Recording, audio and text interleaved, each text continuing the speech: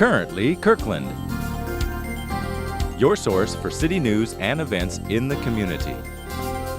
With Erica Sanford at the news desk, stay up to date with weekly news reports on what's happening in Kirkland. Now, here's Erica. Hi, I'm Erica Sanford, and welcome to this special installment of Currently Kirkland. Every week we're here with the latest in what's happening in Kirkland. And this week we are celebrating our 100th episode.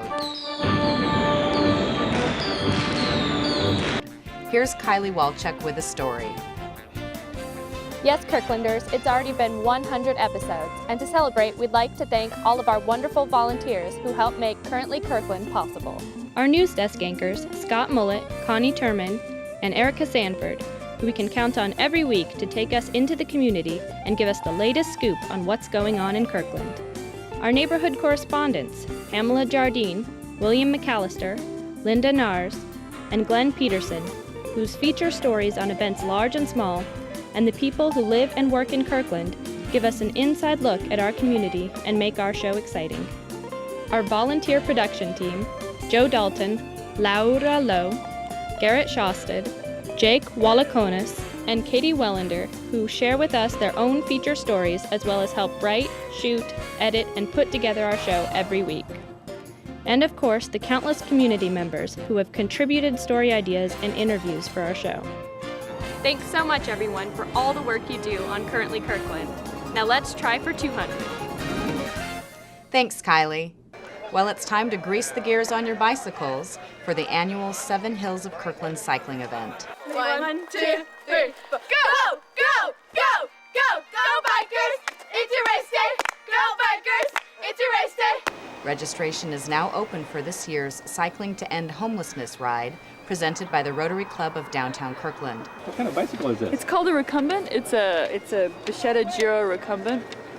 The race takes place on Memorial Day, May 30th, at Kirkland Marina Park. I love it. I think it's much more fun than, we call uprights wedgies. I think it's much more fun than wedgies. You can choose the traditional 7-hill route, approximately 40 miles, the metric century route, or the century route. Y-E-L-L! Y-E-L-L! Everybody yell, go, bikers! Travel at your own pace and enjoy the scenery. Food and the musical stylings of a bagpiper will be provided at the event. Over 1,000 cyclists participated in the event last year. It's beautiful scenery. The hills aren't too hard. The downhills are certainly better than the uphills, and it's a very nice ride. I like to tell people it builds character, but it's a good ride. It's a lot of fun. It's well organized. It's for a really good cause, too. The registration fees are $30 to $60 and benefit KITH, Kirkland Interfaith Transitions and Housing. KITH is a nonprofit organization which helps families move out of homelessness by providing transitional and long-term supported housing, case management, and practical support. The 7 Hills of Kirkland is currently looking for sponsors and volunteers to support the event. To register for the event, volunteer, or for more information, visit www.7hillskirkland.org, and for more information about KITH, visit www.kithcares.org.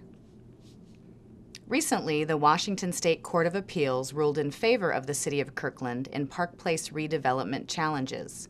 The Court of Appeals ruled that the King County Superior Court properly dismissed several challenges to the ordinances to allow for the proposed redevelopment of Park Place.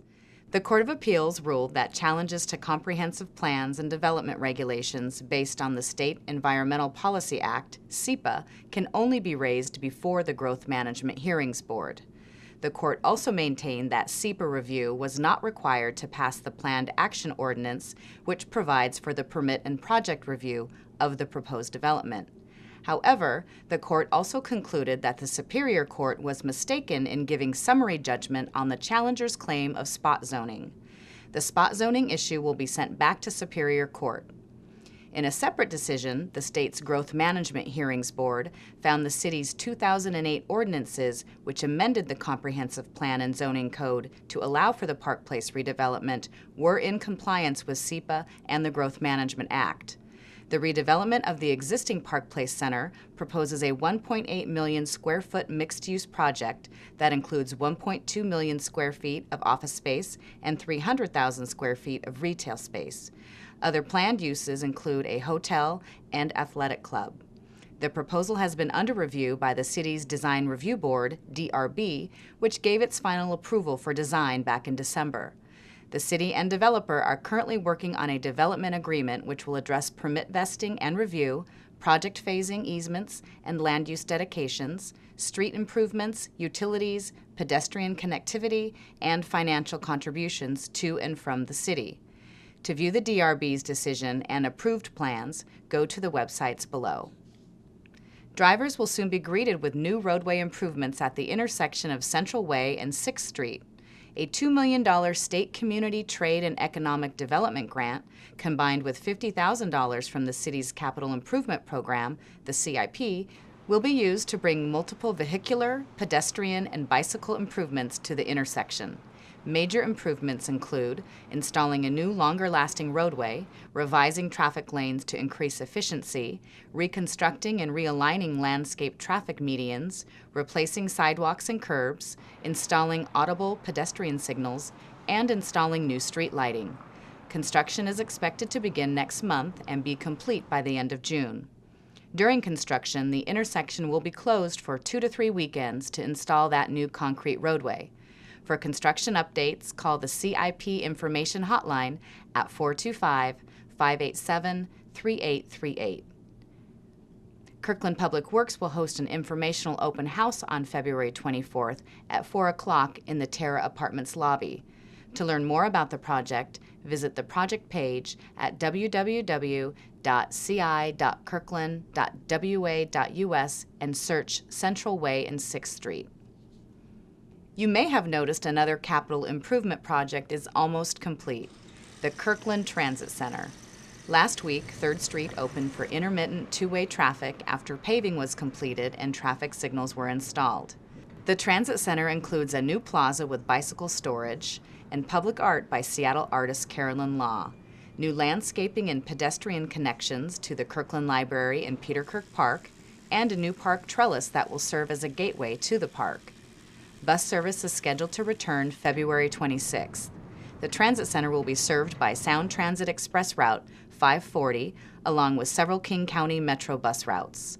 There will be a ribbon-cutting ceremony on the 25th at 11 a.m. to celebrate the project's completion. Tune in March 4th to see our coverage of the event. To learn more about the project, visit www.soundtransit.org/Kirkland. A reminder for residents, take the Eastside Rail Corridor Draft Interest Statement Survey. The City of Kirkland is looking for feedback as to whether the statement accurately reflects the ideals and goals of the Kirkland community. The statement will be used to gauge the compatibility of future development proposals for the corridor. Submissions are due by February 28th. To complete the survey or for more information, please visit the Public Works page on the city's website, www.ci.kirkland.wa.us/Eastside Rail Corridor. Remember, you can access any episode of Currently Kirkland online. Just visit the city's homepage and click Watch on Demand Programming, or watch us on YouTube. We'd also love to hear from you. If you have any news tips, suggestions, or comments, please send them to kirklandtv@ci.kirkland.wa.us. Our next episode will air on March 4th. Thanks for watching our 100th episode of Currently Kirkland.